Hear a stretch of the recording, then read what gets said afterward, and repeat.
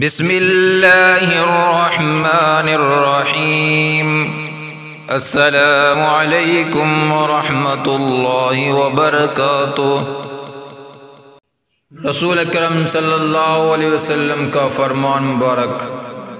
حضرت عبداللہ بن عمر رضی اللہ عنہما روایت کرتے ہیں کہ ایک شخص نے حضرت صلی اللہ علیہ وسلم کی خدمت میں حاضر ہوا اور اپنی تنگ دستی کا شکوہ کرنے لگا، تو آپ صلی اللہ علیہ وسلم نے اس آدمی سے فرمایا، کیا تمہیں وہ تسبیح بھول گئی ہے جو ملائکہ کی تسبیح ہے، تمام مخلوقات کی تسبیح ہے، اس کے ذریعے سب کو رزق دیا جاتا ہے۔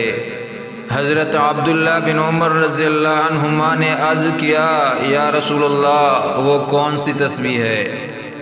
آپ پہلے ٹیک لگا کر تشریف فرما تھے تو آپ سیدھے ہو کر بیٹھ گئے اور آپ نے فرمایا، اے ابن عمر، صبح صادق کے طلوع ہونے کے بعد سے لے کر نماز فجر تک کے درمیان یہ کلمات سبحان اللہ و بحمدہ سبحان اللہ العظیم استغفر اللہ 100 مرتبہ پڑھ لو تو دنیا تمہارے پاس ناک رگڑتی ہوئی آئے گی، اور اللہ تعالیٰ ہر اس کلمے کے بدلے جو تم کہو گے ایک فرشتہ پیدا فرمائیں گے جو قیامت تک تسبیح بیان کرتا رہے گا اور اس کا ثواب تمہیں ملے گا۔